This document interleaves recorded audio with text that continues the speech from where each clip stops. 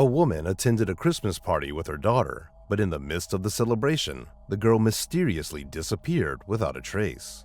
Despite an extensive search by hundreds of volunteers, police, and even the FBI, no sign of her was found. As the investigation unfolded, detectives uncovered troubling clues that painted a dark and complex picture. In the end, they did uncover a shocking truth, but it was far from what anyone had anticipated.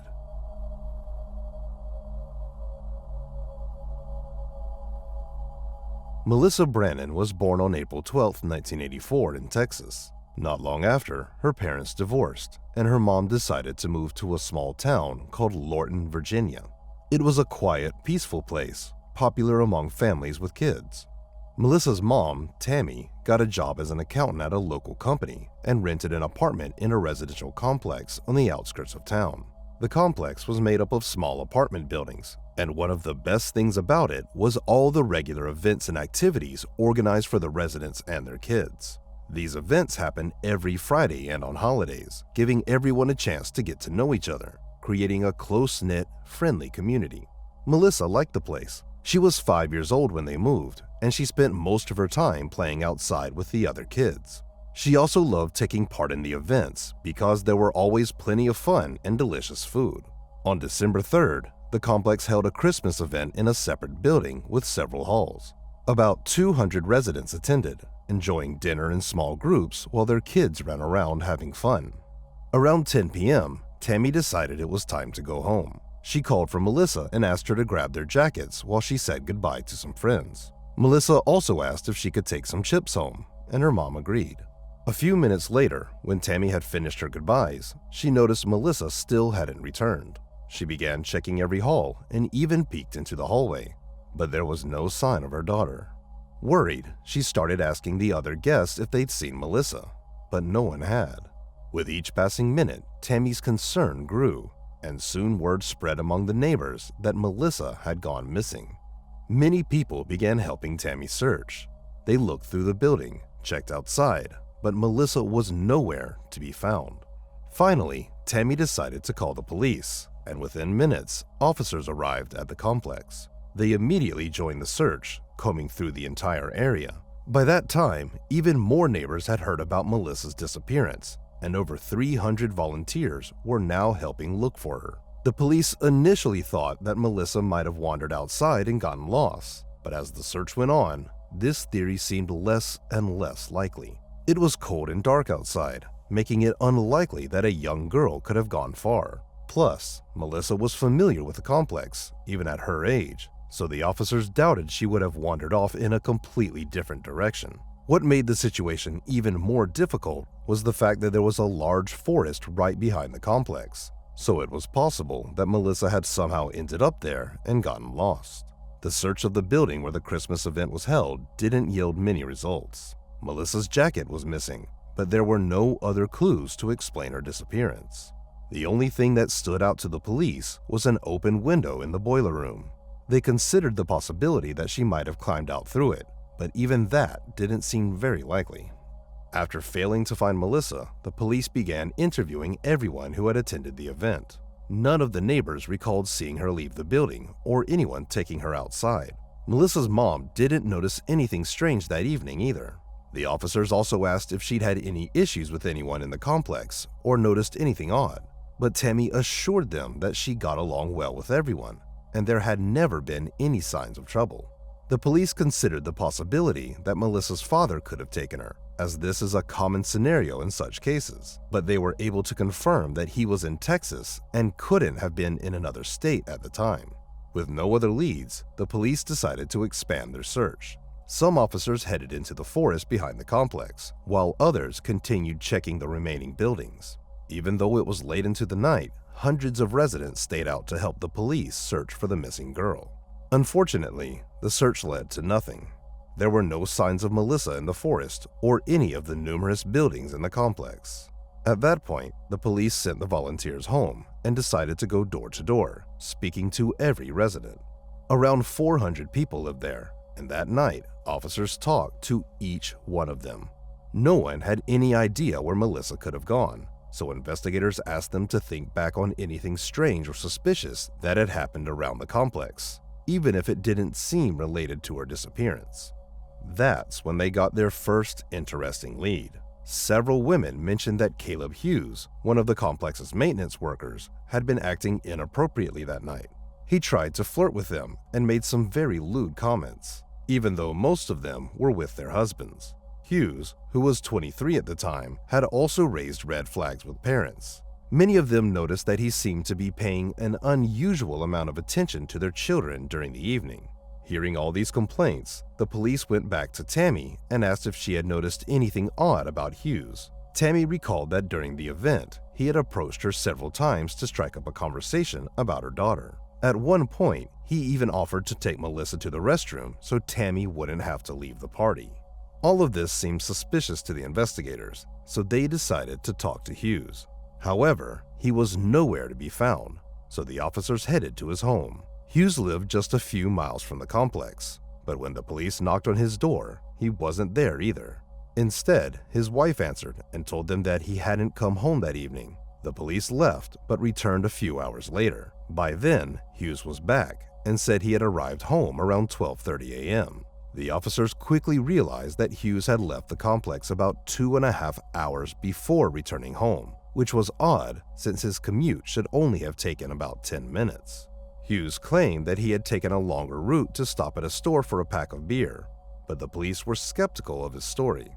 First, a quick stop still wouldn't account for nearly 3 hours. And second, there was a state law prohibiting alcohol sales after midnight.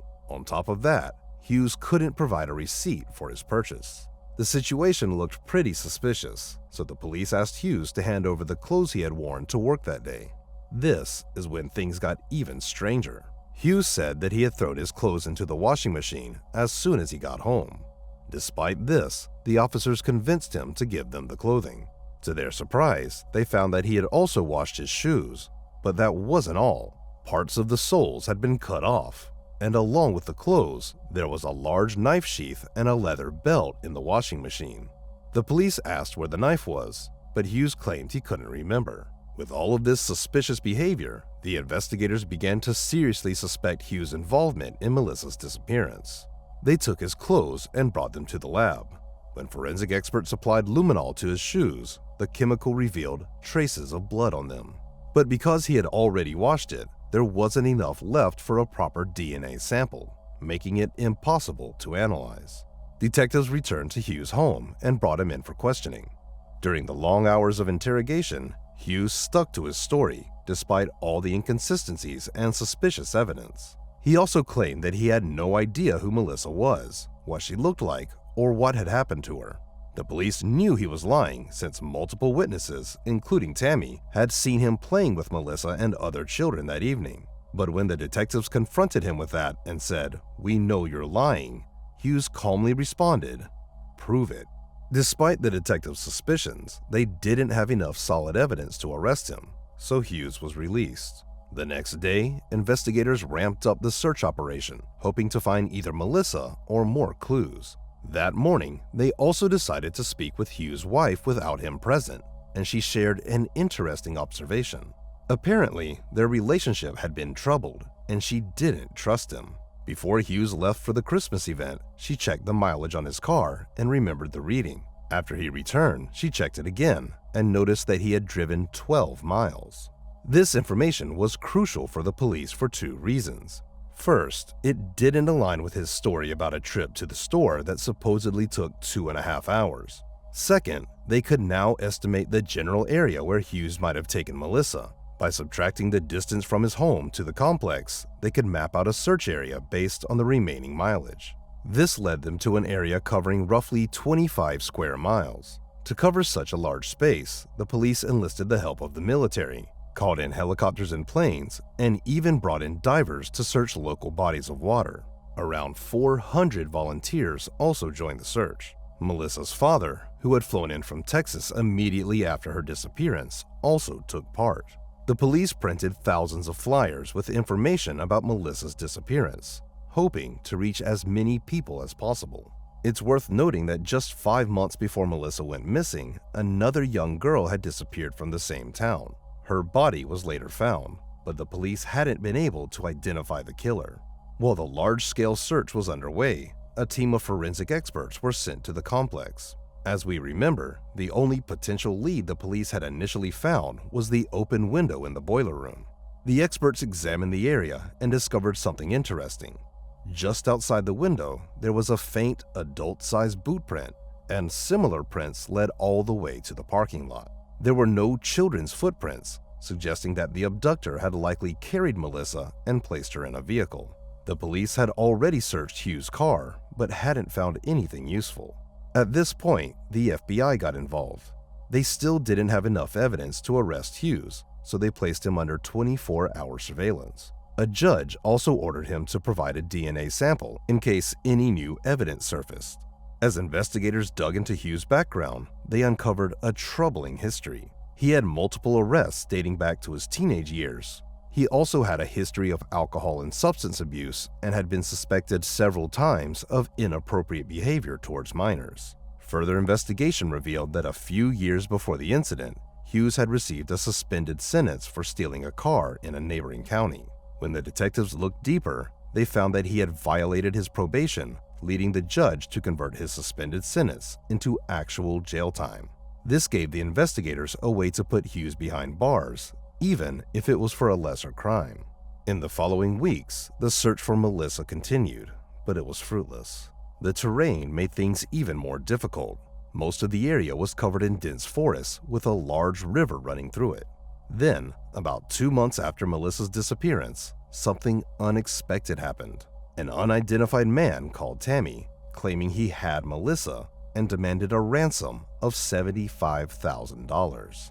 Tammy immediately informed the police, and the FBI agents advised her to gather the money and meet the caller. They quickly set everything up, placing dozens of agents around the area, and began waiting for the supposed kidnapper to show up. Before long, 2 men approached Tammy, and the FBI agents swiftly arrested them. It turned out these men had no connection to Melissa's disappearance. They were just 2 local university students who had seen the news about the missing girl and thought they could make some easy money. Instead, they earned themselves prison sentences. One was sentenced to 7.5 years, and the other received nearly 4 years behind bars. Once again, the investigators found themselves at a dead end. They had a prime suspect, but no solid evidence and no sign of Melissa. In a move to break the case, the detectives decided to re-examine Hughes' car more thoroughly using advanced forensic tools from the FBI. But there was a catch. The car belonged to his wife, so they needed her permission. Fortunately, she immediately agreed, and the forensic team began their work. First, they applied luminol, which revealed traces of blood on the driver's seat mat, pedals, steering wheel, and windshield. This deepened their suspicions of Hughes, but once again, they were unable to extract a usable DNA sample from the blood. Next, the experts decided to search the car for hair, fibers, and other potential clues. But they faced another significant challenge. The car was a mess. The interior was covered in dirt, trash, and dog hair, making it difficult to identify useful evidence amidst the chaos. One of the experts came up with a plan to collect evidence manually using tape. He meticulously went over all the surfaces in the car, then sent the collected materials to the FBI's forensic lab. At first, they found mostly dog hair, which was irrelevant since Hughes and his wife owned 2 large dogs. But then, the forensic experts noticed a different type of hair, dyed black rabbit fur. He soon learned this was the same material used in the coat belonging to Melissa's mother, Tammy. To confirm the match, the experts requested Tammy's coat and verified that the rabbit fur was identical. Investigators theorized that the fur could have transferred to Melissa's clothing when she went to retrieve their coats, or in other situations, as Tammy frequently wore the coat during winter, and Melissa was always near her mother. In addition to the fur, the experts found a single light-colored hair that matched strands from Melissa's hairbrush. But the most significant clue was still to come. Numerous small red and blue fibers were found on the car's passenger seat. Since Melissa had been wearing a red and blue sweater and skirt on the night she disappeared, investigators needed to track down those exact clothing items to confirm the connection. They spoke with Melissa's grandmother, who had bought the outfit for her, but she couldn't recall the specific store.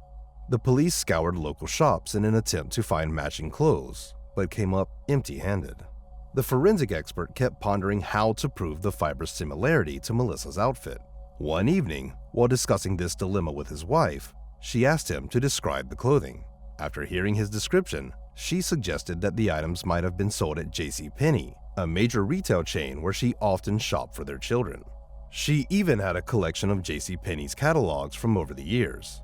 She decided to help and began searching through those catalogs, looking for similar clothing.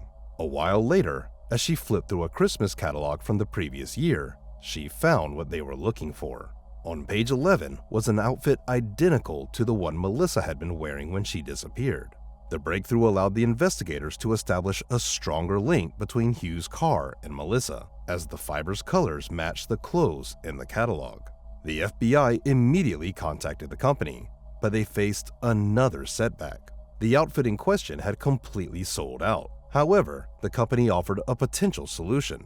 Since the outfit was sold exclusively through catalogs and only 7,000 sets had been produced, they suggested providing the investigators with a list of all the buyers, so the police could track down one of the outfits.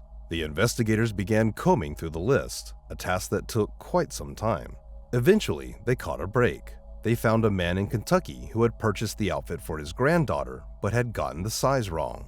As a result, the clothes had remained untouched in their original packaging for an entire year. For the investigators, this was the perfect option. The man agreed to send the outfit to the FBI, and the forensic team got to work. This particular model had a unique feature. The manufacturer had created a custom shade of dark blue, coded 887, which was patented and hadn't been used in any other clothing line. After comparing the fibers from this outfit, the experts concluded that they were an exact match to the fibers found in Hughes' car. This provided compelling evidence that one of the 7,000 children who had been bought this outfit had been in his vehicle. Although it didn't definitely prove that Hughes had abducted Melissa, the odds of another child wearing this rare outfit being in his car were astronomically low. As a final step, the expert conducted an additional test. He collected over 100 similar colored fibers from various types of clothing and performed 7,983 tests to compare them with the fibers from Hughes' car. The results showed minimal differences across all the fibers, except for two types. The set from the store and the fibers from Hughes' passenger seat were 100% match. This eliminated any doubt that someone else wearing similar clothes could have been in Hughes' car. It had to be the exact outfit that Melissa was wearing. Despite this, the detectives still faced a difficult situation. They knew that the fiber evidence, while strong, was circumstantial, even combined with the blood on Hughes' boots, in his car, and other clues they had gathered. But with nothing else to go on, they decided to formally charge Hughes with Melissa's abduction. The prosecution argued that Melissa was likely dead based on the blood evidence. The fibers from her clothing found on the passenger seat of Hughes' car suggested that he might have forced her to remove her jacket, pointing to a possible motive. According to their theory, Hughes approached Melissa when she went to get the jackets at her mother's request. He then lured her into the boiler room under some pretext, carried her out through the window, and took her to his vehicle. After taking Melissa to an unknown location and presumably killing her, likely with a knife, Hughes disposed of the weapon and hid the body. This would explain his prolonged absence. Following the crime, Hughes attempted to clean the blood from his car and clothing, even going so far as to cut parts of his shoe soles that had been heavily stained. In a final effort, the police decided to conduct a polygraph test, hoping that, combined with all the other evidence, Hughes might finally confess.